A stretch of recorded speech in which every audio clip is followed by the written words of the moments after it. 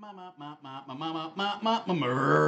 hockey! It's time for murder hockey! Join me if you're a jockey. You want to get behind the reins of something that's gonna smash your brains. It's murder hockey! I've got nothing else that rhymes with hockey. Hey, it's disorganized play, everyone. Wow, that was I could picture some or imagine some driving guitars behind that. That could be a real rollicking theme song there for us.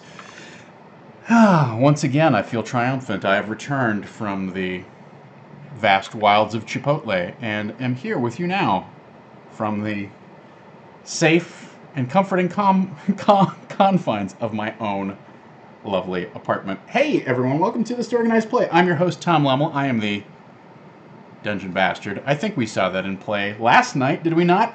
This is Disorganized Play. I am going to talk about White Plume Mountain today. Highlight some of the key encounters.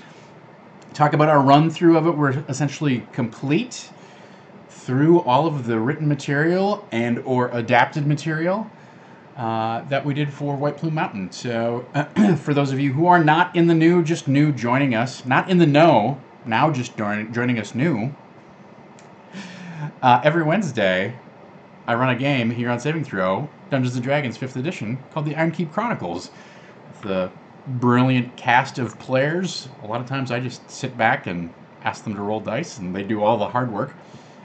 And on Thursdays, I come back and tell you how it was. On Tuesdays, I come back and tell you how it's going to be that following Wednesday. And then on Thursdays, I come back and talk about how that was all a lie. So, hello everyone. Welcome to... welcome to the show. Yes, we had we had a number of changes to White Plume Mountain. That's not going to stop me from talking about why I did what I did, how I think the adventure could be changed if you wanted to run it a little more canonically, etc. Right. So our topics today, we're going to apply the benefit of DM's hindsight to yeah, go Vorpal balls.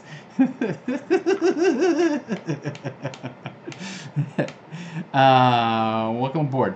So the things we're going to talk about today, the key encounters, how they were different in my game, how they might be different in your game if you wanted to stick to the original intent here, right? So we're going to talk about the vampire encounter, the bubble encounter, the menagerie, and then we're going to talk about murder hockey a little bit, and how that played out, and what I thought worked well, and maybe what didn't work so well, etc.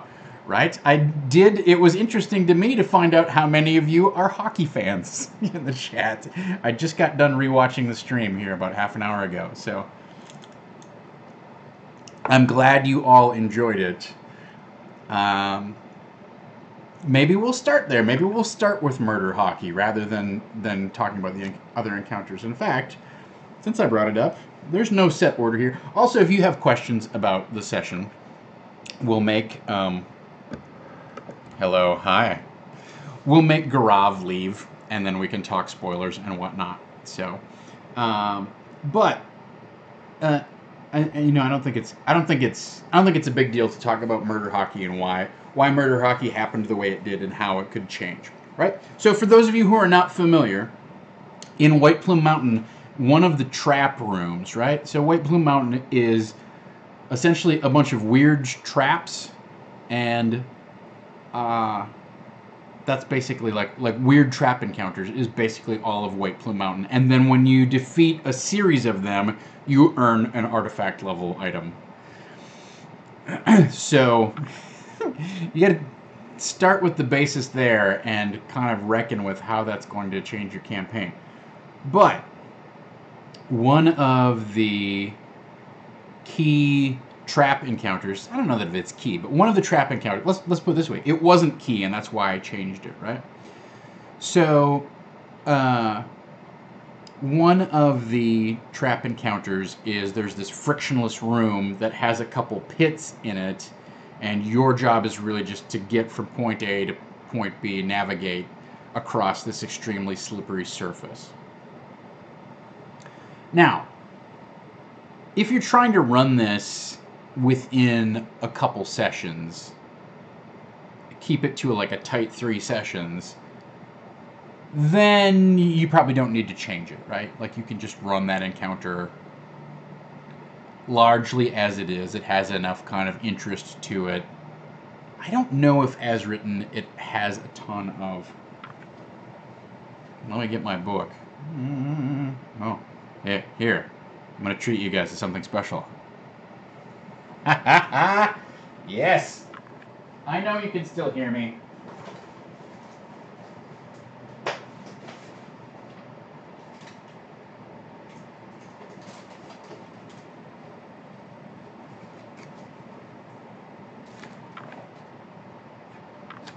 All right.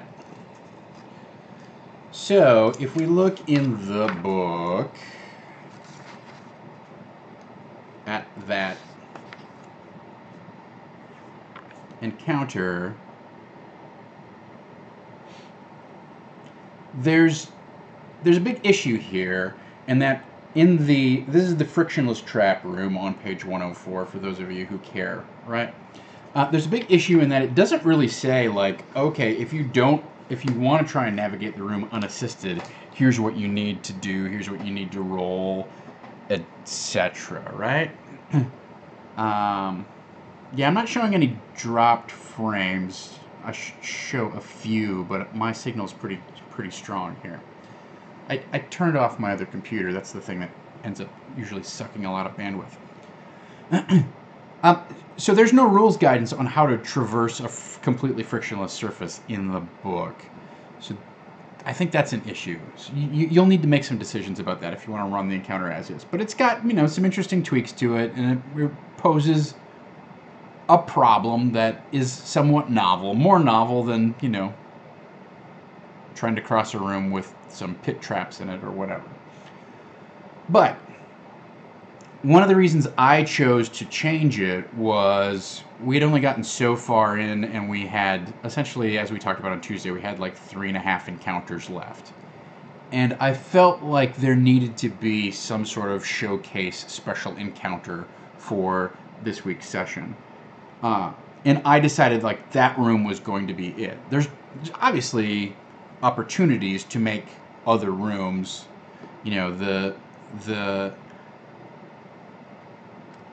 the encounter with the halfling could have been more developed into something else. I thought about, I played with the idea of maybe that guy has riddles or something that you need to solve in order to get Black Razor from him. That would have been, like, thematically fitting, but it felt like a little too redundant in terms of the number of riddles that had been required of the party to deal with. So I decided to make Murder Hockey the showcase encounter for the night in terms of, like, what was involved and how the party was going to grapple with it and what they were going to expend their resources on. I liked the idea that it was on hex map instead of grid, right? So one of the things I like about this is it just puts you in a different frame of mind. You move differently. You move your character differently when you are on hexes. Also, it lends itself much more naturally to that I'm skating kind of feel, where you're going to go in a direction and then you might veer off at an angle.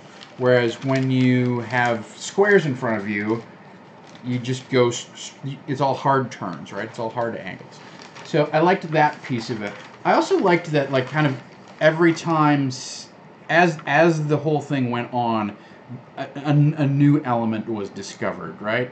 So first of all, there's Quicksilver, and then there's these goalposts at either end, and then there's these trenches built into it that are lined with these razor blades, and then there's these weird stalagmite pylons.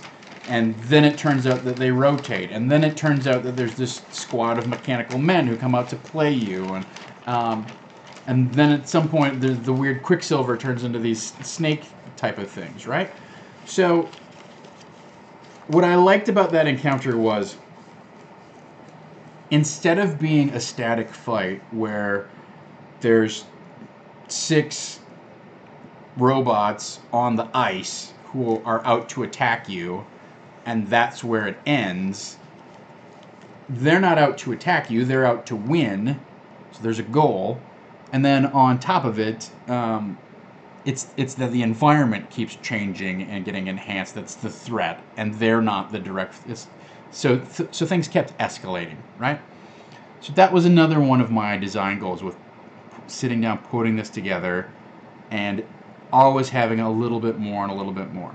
Now, one area where I think that it fell down a little bit is that it was very focused on whoever won initiative, right? And in this case, it was Thawne kept winning initiative. He had the best initiative. And then somebody had to be goalie, so he's stuck in the back.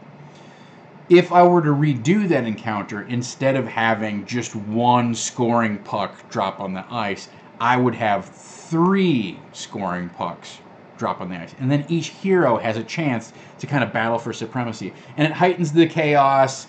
It definitely gives everybody something to do on their turn. It's not just kind of like, roll for initiative. Wait.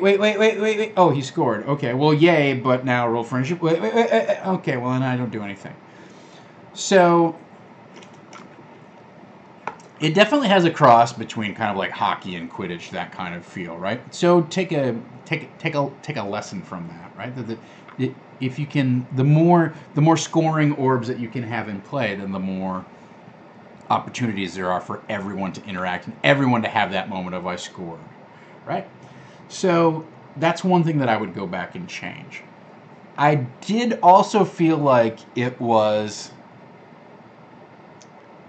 felt one thing that was successful was the idea of there's 15 minutes on the clock, but then every time they score, I'd roll a d6 or whatever and take off that many minutes off the clock. Okay, now we're down to 12 or 13. Now we're down to 9. Now we're down to 5. It's the last 2 minutes.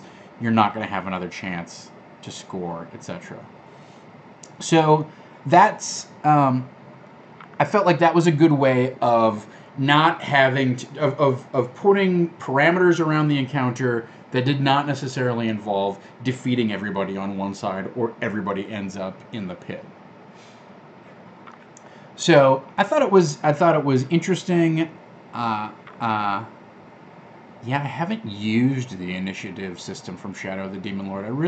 I feel like there's 2 games that I need to pick up, and one of them is Shadow of the Demon Lord, and one of them is 13th Age. I feel like there's a lot of rules hacking going on in those games that would be interesting and insightful for me anyhow.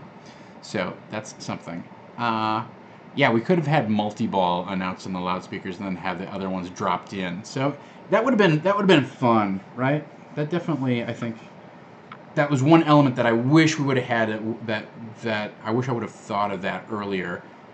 It would have heightened the action and made everyone more involved and made it really feel much different than a regular hockey game. It felt a lot like a conventional hockey game in a kind of a little bit of a weird fantasy setting where there's rotating pylons that stab people with knives and they get thrown into 10-foot pits. But that being said, there wasn't as much stabbing with knives or falling into 10-foot pits as I would have liked. That's me. But I think that was a successful hack of that encounter. From what was a novel, it went from being a novel kind of trap that was more of a nuisance to a nice showcase piece for last night. So overall, I thought it was a good session last night. They got Black Razor. I thought that was interesting. That was certainly an interesting turn of events with Thawne taking that on. I'm curious to watch how developments unfold, and it really raises the stakes and takes us to the next kind of like final piece of the arc of our adventure, which is trying to rescue Dell from the prison of the book, right? So there was a lot of interesting stuff that was revealed, especially once Black Razor was sort of all put together, both from the weird little like halfling maintenance operator guy to the conversation that they had with Black Razor. So I thought it was a nice balance of challenge for the players like mechanical challenge of overcome this obstacle, and then a nice balance of role playing with like let's discover some stuff and let's have a dark bargain be put on the table, etc. So that's yeah. I think the Book of Thorns is interesting. Thank you. All right, so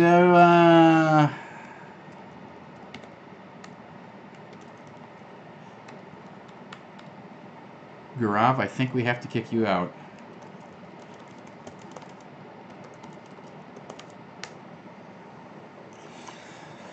So that's it was very solid. I felt good about how the game went last night. So let's talk a little bit about the rest of the adventure. We've discussed it in some detail, but I want to talk about some of these showcases, these showcase encounters. So we have each spur of the dungeon has its own special, like, topper showcase trap encounter, what have you. And I just want to talk, like, give my DM's perspective and kind of review in one concise place where these things maybe fall flat, could be enhanced, or what I would recommend changing about them. So we'll start with the vampire encounter. Now, I obviously turned this into a role-playing encounter, right? This became a bargain temptation scene that was purely about role-playing and was not a combat scene. In the adventure as written, it definitely is like, go in, there's a vampire, you fight him, that's that. You don't even necessarily have any sort of containment for the vampire, right? Like, the vampire doesn't have to stay in that room once they breach that room. And then on top of it, you have the double challenge of fighting it in this area of magical darkness, right? And the way that I adapted this encounter was I put running water in here so that it couldn't cross over that area. So if they were going to try and fight a retreat, they would have something that would stop them. Yes, there is a secret that Amy learns about, but doesn't find out from last week. Yes, we're aware of that, and we will be discussing that or putting that more overtly into play next week. So I'm aware of the fact that is out there and that you guys were discussing it during the chat. I saw that during the chat, and we shall see. We shall see where that leads. We have some interesting ideas about what's going to happen with that secret. So, yeah, so there's the whole thing of that traditional canonical thing of if the party goes inside, then they have to be invited in, or the vampire has to invite them in, or they have to invite the vampire in and out, and all that sort of stuff. Those kind of canonical vampire rules. Those don't really apply in the scenario as originally written. It's just basically a very tough combat encounter. Now, if your party is closer to 9th or 10th level, then I think it would be a reasonable and interesting fight. For a bunch of 4th and 5th level characters, they were way outclassed. But I also think without some sort of stopgap measure that keeps that guy from escaping that room, it is clear that part of the design intent here is that the party decides to beat a retreat down the hallway and has to, in as much of a hurry as possible, try to cross back over the bubbling mud, and then they get to the end where the one-way gate is, and they're trapped in there. And it's supposed to kind of heighten this feeling of panic and desperation, and I understand the design intent. I don't know that it's particularly successful. right? And one of the reasons for that is once party members start going down, they probably aren't going to start trying to escape, right? The other thing too is like by the time you get to kind of like 9th, 10th level, your party should be able to somebody should be able to fly over the bubbling mud thing. And a lot of these traps suddenly go into non-obstacle territory, right? You know, swinging from chain to chain is only a problem for the fighter, and instead what you do is you have your flying rogue tie a rope between all of the chains, and he just, you know, clambers over the rope at a much easier difficulty. So I'm not sure that for a 9th level, 10th level challenge, it starts to water down the design intent a little bit of like, well, if they are going to retreat, then it's not going to be as difficult of a retreat. Maybe it's still interesting. I don't know.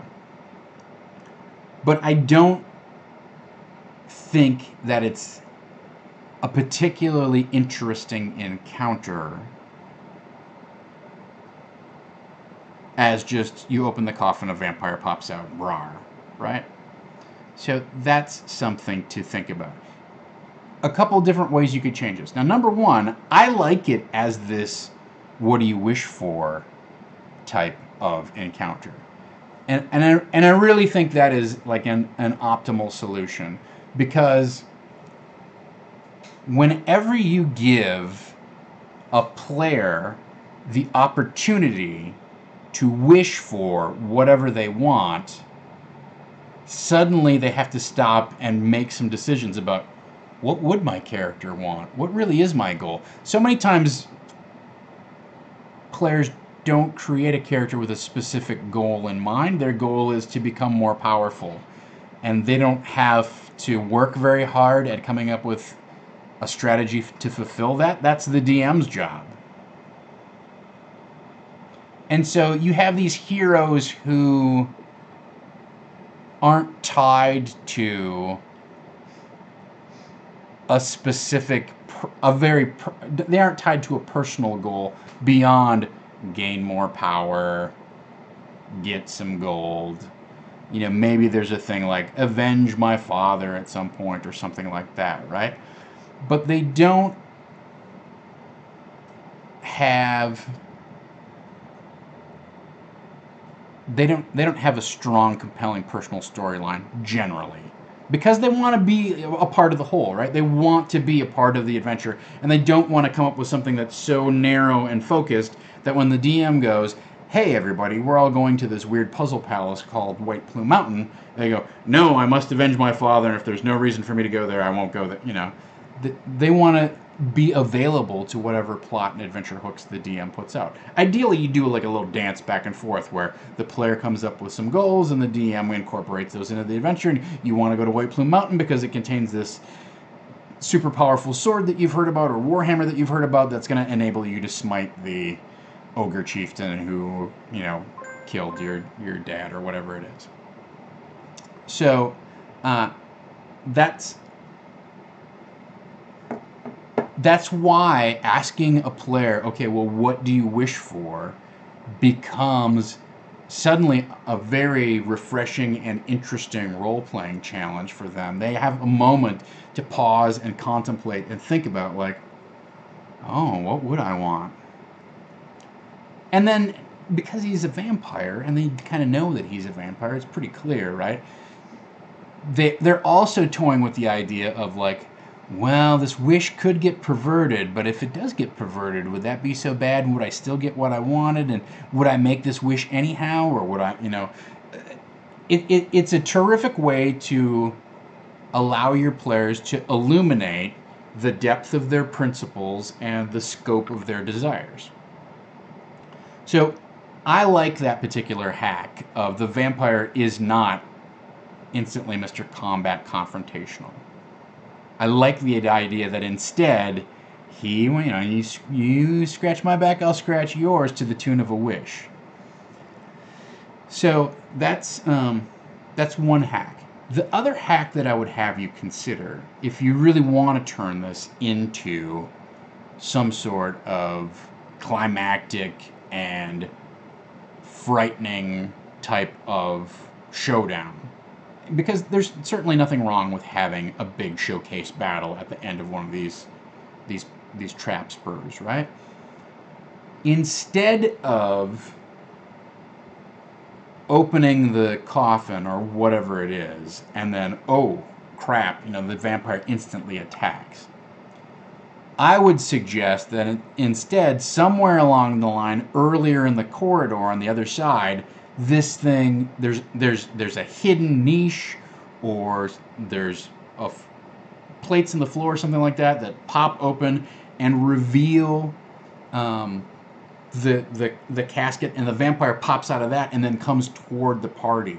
So you can hear him howling and yowling his way down across, and he stands at the edge and looks at the bubbling mud and whatnot, and then transforms into bat form and flies across. So it gives them, number one, it gives them several rounds to prepare. You hear something coming. What is it? I don't know. Then they see it. Oh no, God. Oh, and then you have a round like, oh guys, it's a vampire. He turns into a bat and flies over. Then he spins around transforming, and they're like, spells, juice. But then he's plugging the gap, right? So he's pushing them backward into the chamber. That's a far more climactic encounter than the surprise of, oh, there's awful monsters in here. Boom, we have no time to prepare. He's gonna wipe the floor with the party. It denies them the opportunity to escape, but your fallback there could be, well, you flip open the loose floor tile here and you see this very finely crafted dwarven warhammer. What do? So you could have Whelm be an advantage in that fight. So that's the other kind of take that I would put on that particular encounter, on the vampire encounter. I really do recommend it as an RP encounter. And it sets up a villain or an element that you can call back down the road.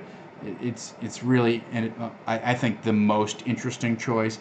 But if you're going to run a combat, I would run it as you've released this thing someplace else, and now it's coming towards you. You've essentially set off the security alarm, and here comes the big bad boss's goons to come and wipe you out.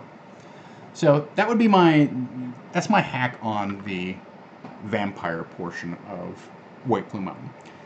Let's move on to the bubbling cauldron scenario.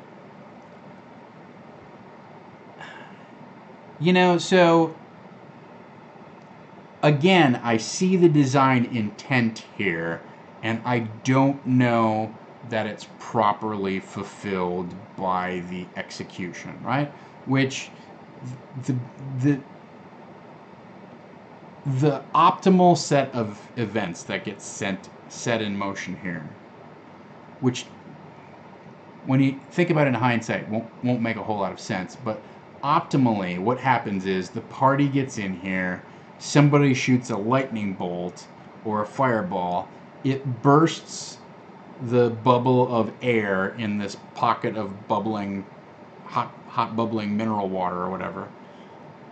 Somebody in the party has the presence of mind to grab wave, initiate the cube of force effect, and everybody gets inside that bubble, and then the water rushes in and it forcibly ejects them out the top of the geyser funnel in White Plume Mountain, and they find themselves back outside the dungeon.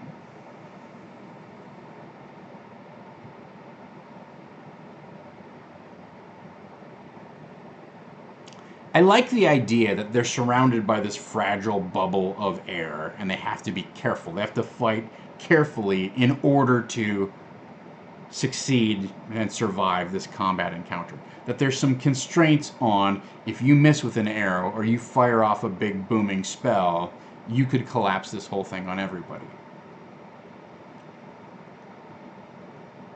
I don't know that the remedy of grabbing wave and turning on the cube of force and getting ejected out the geyser spout. Like, it makes for a dramatic scene, but then really, like, where it ends up as kind of like a weird video game reset. Okay, you survived that just narrowly. Now you're back outside. Go back in. Go down a different corridor or whatever. Right? It's just not quite there. I think a couple things need to change. One is you need to ensure that there's some sort of hint, kind of like we did in the actual play that we did, where he shot an arrow and like he saw one little spout start to spout in.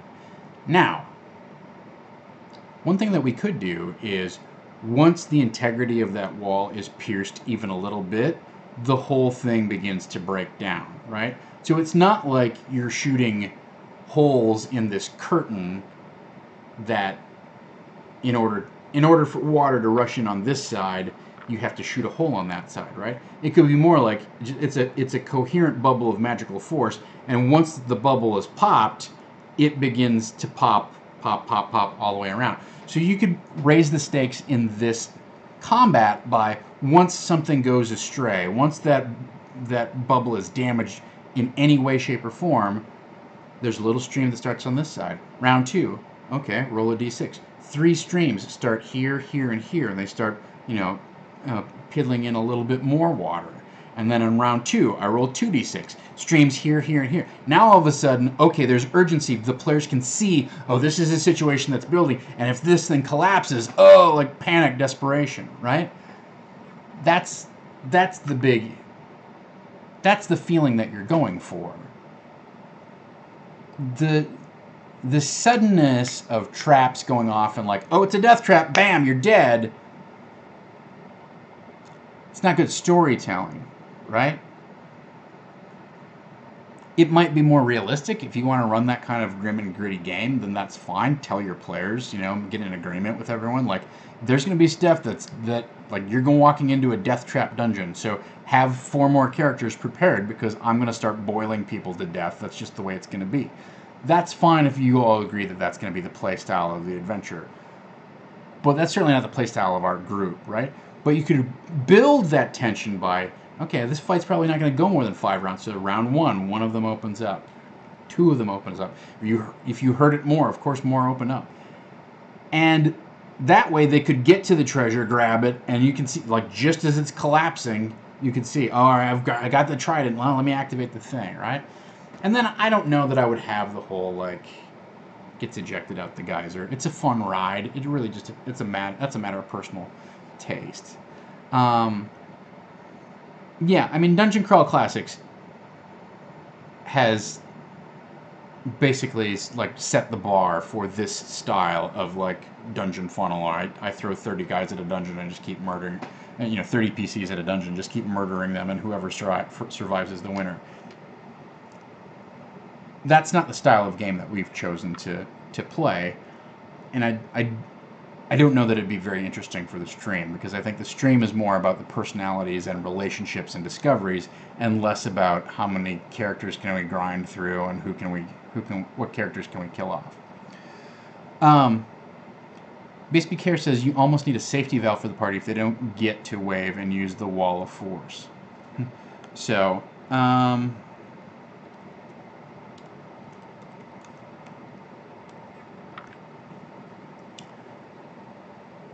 I think the safety valve is supposed to be those big doors, right? Those 3 big valve doors.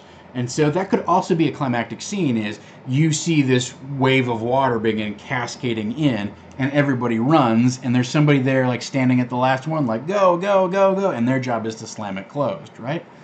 So that could work. Like, that's supposed to be your stopgap, like, get out of jail card.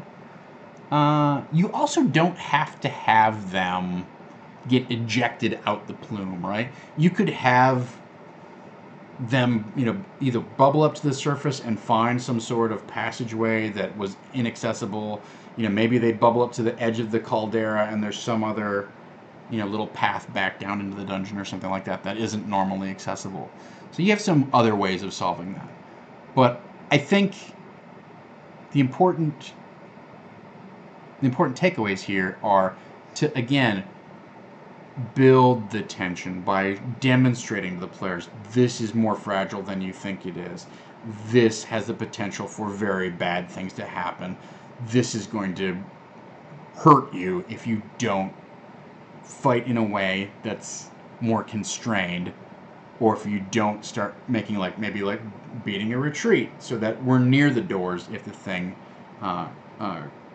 crashes together. Yeah, there's a lot of different elements here that could be connected to one another. Estel Castillo says you can connect it to the river that's floating and whatnot. Yeah, so you could have them flushed out in that room.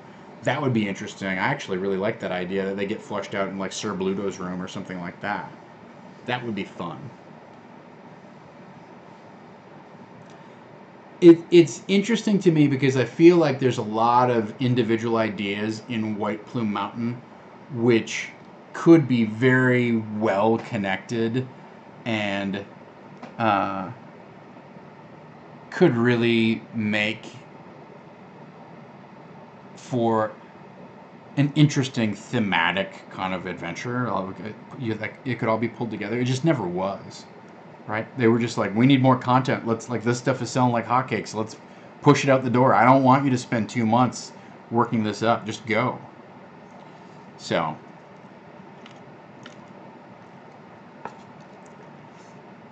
that's my advice on the bubble encounter. And then the final one that I want to talk about is the mechanical menagerie. And it wasn't mechanical in the original depiction of this thing as written. But we talked a little bit about this 2 weeks ago when they actually encountered that room. And I just want to condense my thoughts on it and get them kind of in one place here, since we're reviewing all the major highlights from White Plume Mountain. And the issue with that room, if we look at the way that it's structured, is you start on the top and there's this safety perimeter around the edge. And immediately next to it is this little aquarium kind of walkway area that has monsters in it, and they begin coming toward you and they want food, something, people. They want to eat.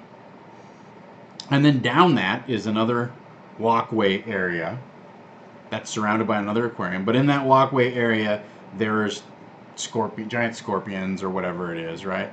And then in that aquarium, there's another set of monsters. And then finally, at the very bottom, there's a set of manticores, and there's a door that leads you out to the treasure room, right? And I sort of talked about this on Twitter with Sly Flourish, but there's no inherent drama to this situation. You're not immediately in danger.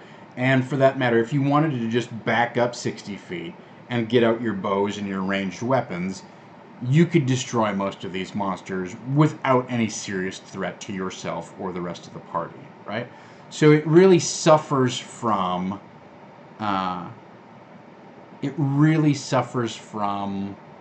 the pitfall of ranged attacks, which is there's no reason for us to not retreat to safety and just snipe these things to death.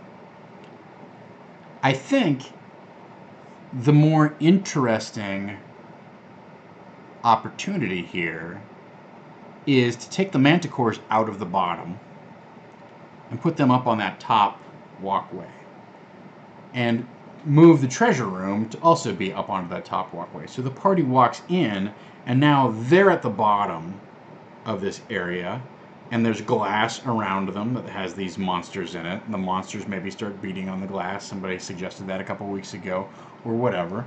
And then there's another level on top of that that has these giant scorpions patrolling it, and they, hiss and threaten the party. And then another level above that is another set of aquarium tanks. And then there's the manticores on the top level who sit up on the top and fire spikes down at you, right? And you have to get through each one of these things, And again, you're threatened by, well, what if all of this water, what if this glass gets broken, all this water comes gushing down? How are we going to float, survive, swim, navigate, all that sort of stuff, right? And now it's a far more, the stakes are far higher, and it's a more interesting problem to solve. It's not insurmountable. You could fly, you could climb up a rope, you could go into a rope trick and use that to get up 20 feet, and then kind of you could shoot some stuff across or clear a path. You could distract a bunch of monsters with food, etc. But you're literally in the middle of it. Rather than being on the edge and not having a compelling reason to go down into the center area, other than I'm curious what's down there, you're now literally in the middle of it. And if you wanted to put in a timer kind of countdown effect, you could have like slowly the glass begins to crack. Now some dribbles of water start coming out of the fractured, pathways in the glass, and this one section bursts, but it's sectioned off from the others. So you have tools there to raise the stakes and endanger the party, as opposed to kind of what it was here, which is you shatter all of that glass, you flood the lower levels, and then you just basically wait for it to drain. That solution does make the party feel smart. We did something cool. We smashed that glass. Smashing the glass is something that they want to do. That's something fun. But it's not a very high stakes option if they're standing on the edge of it. They just bust it and sploosh. They flood the manticores out. They flood everything out. Then they wait. Tick, tick, tick, tick. 3 hours. Sure, I'll have a sandwich. Sounds good. Why don't you make some s'mores? Delicious. I'm gonna take a short rest. Is it done draining? Yes, it is. Terrific. We go talk to the whatever. So it doesn't present as much as it's not as dramatic and it's not as challenging in an interesting way as if you put them at the center at the bottom and they're surrounded by the trap. They're literally in the middle of it. So those are the major hacks that I would do to those what I would consider to be keynote encounters in White Plume Mountain. Whether you want to include murder hockey or not is up to you. I thought it was fun, but it's very specific to our game, right?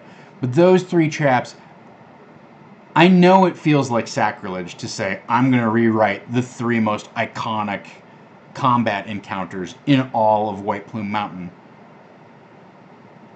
But these adventures were written in a particular era, and I think they benefit from the experiences and the insights that we've gained in the intervening 40 years, right? I don't think it's sacrilege to go, we can improve upon something that was created in 1975 or whatever, 77 or whatever it was.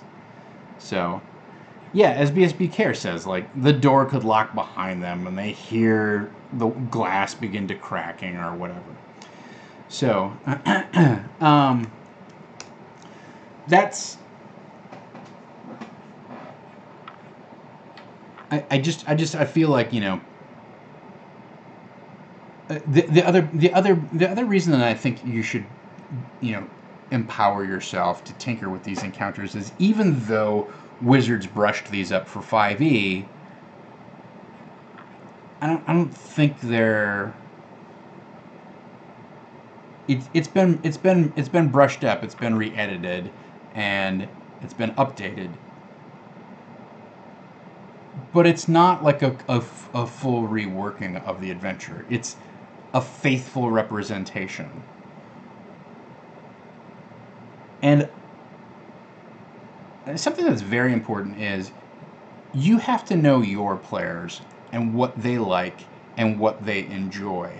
And they may love something that is ported directly from 1977 or whatever year it was, right? They may love something that's 30 years old. That might be their style. You have to know if it's not. And if it's not, you should not be afraid of changing it to make it more interesting and more exciting and dramatic and compelling and engaging for your players, right? Don't hesitate to give your players the best opportunity to be heroes that suits them, right? And I think it's one of the things that certainly playing through this book I've struggled with a little bit, is it's such a dungeon crawl. It's so dungeon crawl heavy, and I wanted to make sure that my players got role-playing opportunities that revealed things about their characters, that touched their characters in different ways, that changed their characters in significant and meaningful ways. And that's why I hacked a lot of, that's why I put in the little mad wizard who was tinkering with stuff that they could talk to. That's why, we had the major scene with the vampire lord granting these wishes. That's why Black Razor and Wave were there to interact with and convey the history. And that's also why why I included kind of the weird, like, Disneyland-esque flume ride, right? To be able to share pieces of the world history that I've built, however sketchily I may have done it, that I at least want to convey to them in a way that's natural and organic and integrated, and makes them feel like these 30 pages that have literally been torn out of this book actually belong in the world that they've been adventuring in and are a contiguous piece of the arc that they're journeying through, right? So, yeah, that's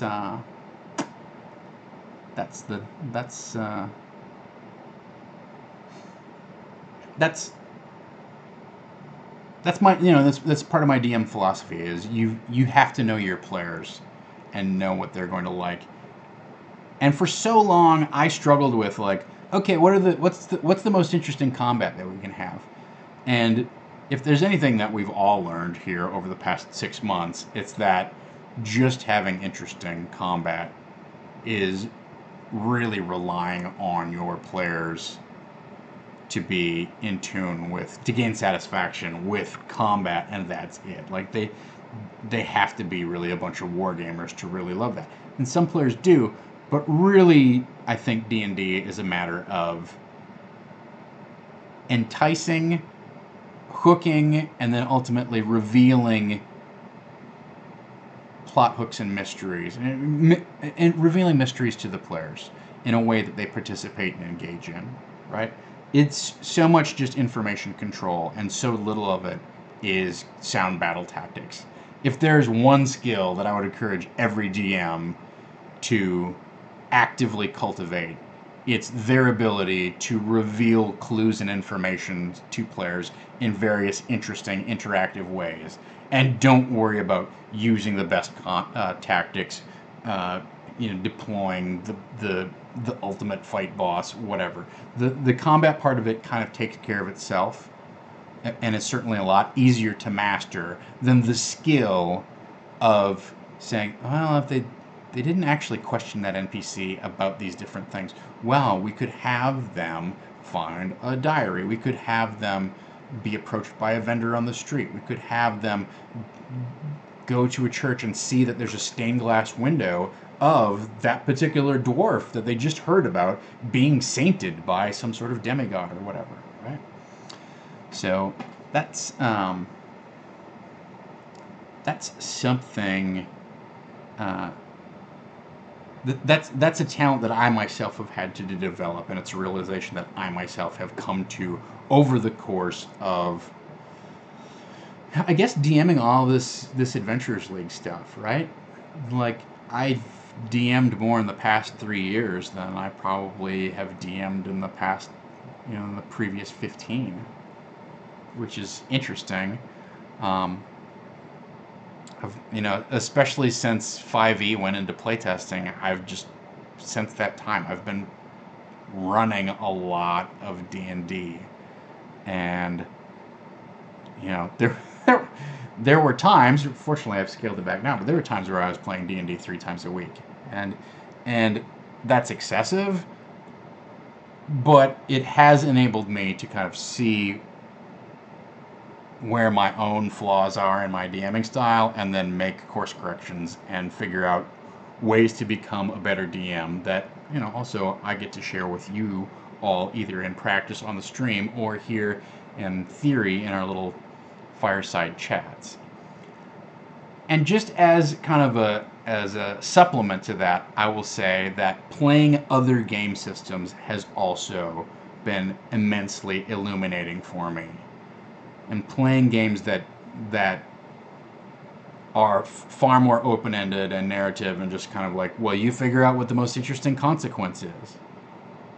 Whether that be Dungeon World or one of John Harper's games, or just playing Fiasco or whatever, right? Those playing different games has made me a better DM of Dungeons and Dragons, has made me a better player of Dungeons and Dragons. All right. I will see. BSB Care says, how do you avoid burnout GMing that much? I don't know that you do. I mean, I was GMing twice. It depended upon the week, so I was GMing my home campaign kind of every other week, maybe every 3 weeks. I was playing Adventurers League every week, or running Adventurers League every week. And then I had a third game that was supposed to be every Sunday that I was playing in. And it did get to be too much. That's one of the reasons I scaled it back. It was too much for me. It was too much for my wife. I don't know that you can avoid burnout playing that much. I will say, having a mix of running 2 games and then playing in one, at least I didn't have to prep for that third game.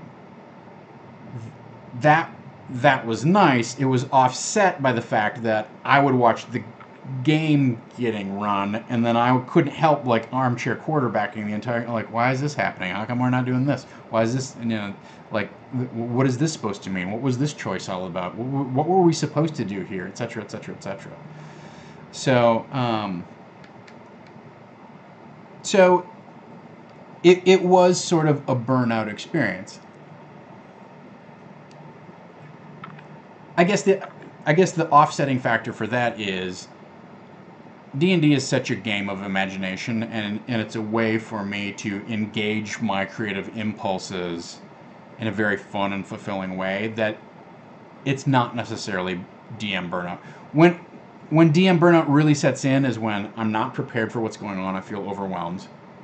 And since I've started adapting published, I'm not even going to cop to running published materials. Since I've started adapting published materials, my DM burnout has gone way down. My anxiety about how the game's going to go has gone way down. I'm honestly a little bit nervous about this next arc of exploring the dungeon in the book, which I don't expect to be very long, but I want to find something that I can take and mold and shape and shift so that I don't start with that blank page, because that's the absolute hardest thing for me, is to stand in front of the forest of possibilities and go, I like that tree, and that tree, and that tree, and ooh, look at that, and I never find my path the way forward, right? Whereas when I take a book like this, or tomorrow, maybe I'll do a special stream tomorrow, flipping through Tomb of Annihilation, when I take a book like this and flip through it, I have a map and I go, I don't like that, oh, this is great, oh, this just needs a little tweaking. I can find a way then to connect those things. I can find a path through that goes from the things that I'm excited about, that I'm inspired by. It's almost like improvisation, right? When you get a really good suggestion that prompts you to go someplace interesting, it's far easier than We walk out onto the blank stage, and everybody's staring at us, and they're just waiting for an interesting thing to come out of your mouth. And sometimes when you're improvising, it takes you 3 minutes to get to that interesting thing. So, that's the thing. I will say, like, Encounters is its own special thing, right? Like weekly D&D Encounters and Adventurers League is its own type of play style, or its own circumstance. And for me, it was fun to kind of be constrained by there's only so much AL legal, only so much tweaking you can do and still be within AL legal. And it was fun to have different players at the table who had different play styles. The flip side of that is sometimes those play styles don't mesh, those personalities don't mesh, either within the table or between you and the players or whatever it is.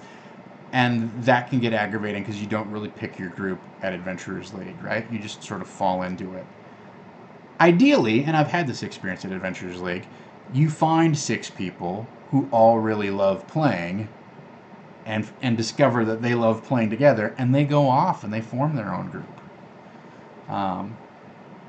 So Adventurers League is, to me, Adventurers League is a stepping stone. It's not the end, like, okay, this is how I get my D&D fixed. At least that's not the way it works for me. But I do see it as a stepping stone to, like, oh, okay, well, you seem pretty cool, and you seem pretty cool. Hey, I'm thinking about starting just our own home game. Do you wanna just play on Wednesday nights, but we'll play at my buddy's apartment and run a game there? And then we don't have to worry about when the store closes, and we don't have to pay $2 to sit in, and we don't have to worry about the Magic players making so much noise. And, like, that's the ideal, that's the function of Adventurers League to me, is you get to learn the rules, you get to meet some cool people, and maybe eventually, like, spin off and start your own home game. And it's a means to getting someplace. It's not the end. So, all right, that is. Yeah, so maybe I'll do, like, I'll talk to Dom about it. I gotta look at what my schedule is tomorrow, but I'm definitely gonna pick up Tomb of Annihilation. I don't think we're going to run Tomb of Annihilation next. We talked about this before. If you all have any other thoughts about what we should run next, I know I kind of put some ideas on the table for that. 8 players at a table, James V. That can be a challenge. It's rough to be popular. I know the feeling.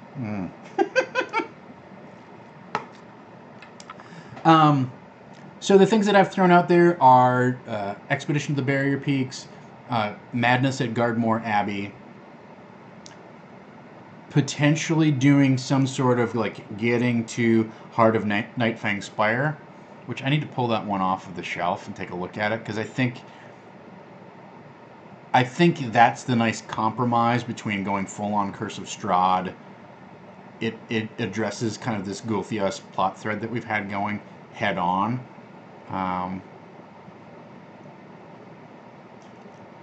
It's an adventure that we could probably play in 3 or 4 sessions, is the only thing, right? Whereas I look at the other ones, like Madness at Gardmore Abbey, I look at Expedition to the Barrier Peaks, and I go, well, that's probably more like a 9-week type of expedition. Out of the Abyss, it has some really great stuff to it. I'm just not very inclined to go back and replay stuff on stream that has already been out in public and floated around, right? So I'm more likely to adapt something and update it to 5e than I am to play an existing 5e adventure. Curse of Strahd would be a great fit, and I could see Out of the Abyss also being a natural fit. And part of me goes, oh wow, if I could go back and take another crack at Storm King's Thunder, I think I would find some fun things in there. but that all feels, that feels very last year to me. And, we want to make our stream stand out. So that's, those are concerns that I have in terms of being a DM who's running a game for performance versus being a DM who's looking at what's the best fit for my group now that we're 5th level and looking at what's happening next. Because with this table, I think for sure we would just go play Curse of Strahd. So, the Cayuse Adventure Path from Dungeon, I think that got reprinted in a hardback, did it not? That could be interesting. It's funny, BSBK, that you brought up a palate cleanser. I don't know if I think it's likely that once we wrap this up and kind of free Del from the book and whatnot, the players probably need to do some sort of check-in with greater powers that be. So I suspect that we're going to take a detour to Waterdeep. It may just go like 2 or 3 sessions, and then we'll dive into the next, kind of like 8 to 10 week arc. And I'm not sure what's going to happen, but I think we're definitely looking at a city adventure, some sort of scenario that's going to be a little more interactive, much more information delving type of stuff, and much more social, much less like dungeon delvey type of stuff. Yeah, I have the 2E Rod of 7 Parts adventure too, and I'm very tempted to bust that out. I'd also looked at Planescape in terms of running Dead Gods, the Great Modron March, something like that. Could be fascinating. So, we've got a lot of possibilities on the table. I kind of have to just take stock of them all and see what's appropriate and see what's going to be kind of the smoothest fit and integration. So, all right, it's 3:06. It's time to wrap things up. I will let you all know on Twitter if I do a Tomb of Annihilation kind of flip through preview, kind of quick first thoughts. It would probably be at the same time, about 2 o'clock tomorrow, most likely. But if you all think that is worth it, I'm open to doing it. I don't know how complicated it would be. I'm watching the UPS man deliver a home. Honey, you didn't order an air conditioner, did you? Because that is the industrial one. It is amazing. Like, somebody ordered like literally a $400 air conditioner. People are watching this on purpose. Yes, they're watching. They're very used to me talking about the mailman. Oh, so they know what it's like to be married. They know what it's like to be married to me. Yes. Yeah. All right. Very good. Noted. Very good. Everyone says hi. Oh, great. My wife goes by Miss Peters. Just FYI. So, Mrs. Lommel is my mom. Miss Peters is my wife. My first name ain't Baby. All right, so I'll consider. I'll take a look at my calendar. It kind of depends on whether there's any callbacks or anything like that. But I'm sure we could do at least half hour or an hour looking at Tomb of Annihilation. I would like to flip through the book. I did do like a pass on it when they sent it out to the alpha playtesters. Take a look, give us your feedback, and I did have some chime in, and I think it would be a cool adventure to integrate into our campaign. So I'm not knocking this thing at all. I think it's ripe with potential. I just feel like there's too many other streams that are playing it, because that's the other thing too, right? As a DM who's looking to run his game as a performance, I got to look at like why am I going to run the same superhero movie that every other theater is running, right? Otherwise, I think it would be a natural transition to like. It would be a great fit because it's a sandbox adventure and you can go all these different ways and meet all these different people and really explore the territory. And I think that my particular play group would really jive and jump in on that. I just don't think it's worth competing for. As Christian Linky points out, one of the things that I do here is I take these things and hack and twist and turn and adapt and change and improve, hopefully, and edit. all of the various elements that are laid before us. So why not do that with something like Expedition to the Barrier Peaks or some other classic adventure that's not being played right now, rather than swim in the stream with all of the 800-pound gorillas. All right, so that's the thing, right? All of the D&D channel streams are running some form of it or another. Saving Throw Show, we pride ourselves on being a little bit different than the rest of the streams, right? We try. All right, everybody, let's see if the calendar got updated. Show us your calendar. It did. All right. So, this has been Disorganized Play. Boom, boom, boom. Christian Linky, I'll take Curse of Xanathon under advisement. Friday night, tomorrow night, is Wild Cards. Mr. Dom Zook will not be there, but DJ Jordan Caves Callerman will be bringing you all of the Weird West action, along with his all-star lineup of exciting and engaging players. So tune in for that tomorrow night. On Saturday at 10:30 in the morning, we have a special Patreon backer-only chat with Dom Zook. We will have folks from two of our new shows. We've got a show called Uncanny Valley and Tempting Fate. We've got a new fate-based show coming to the channel, which I am excited to see. So, in fact, we're having a little get-together tonight to kind of talk through some of the finer points of Fate and whatnot here, not on stream, but off to the side. So you can catch that Saturday morning if you're a Patreon backer. I believe there's still time to back the Patreon and get in at the fireside chat and learn kind of firsthand from Dom, like, what's going on with the channel. We're really going to, we took a big step 3 or 4 months ago. It seems like forever ago, but like 3 or 4 months ago, we took this huge step of getting a bigger studio, a dedicated space that we can live in, build out, make our own, make happen, etc. We're going to try and step it up even further by bringing you more programming, more personalized attention, etc. Like, that's all stuff for Dom to talk about, but there's opportunities in the works to make those things happen. So tune in Saturday at 10:30 in the morning for the Patreon and Fireside Backer Chat. You can always catch it on the VOD. Well, you can't always catch it on the VOD, but if you're a Patreon backer, you can check in and make your voice heard and hear what's coming up, etc. So that's the big buzz. Thank you so much for all of your support. Thanks to Fawquad for modding. Thanks to everyone who donated.